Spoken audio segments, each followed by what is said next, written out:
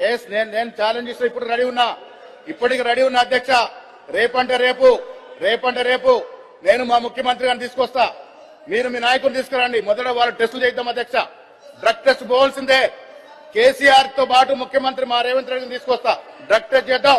తర్వాత మీరు మేము అందరం అధ్యక్ష. టీఆర్ఎస్ వారు ఎవరెవరికైతే బీఫామ్లు ఇచ్చారో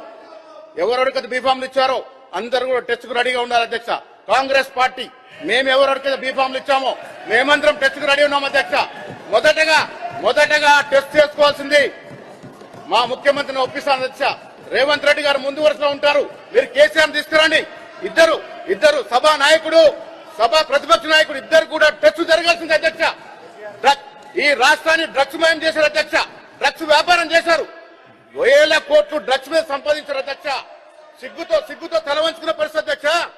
ఇలా డ్రగ్స్ పేరనగానే మీ నాయకుడు పేరెందుకు వస్తుంది? డ్రగ్స్ మాట అనగానే మీ నాయకుడు పేరెందుకు వస్తుంది?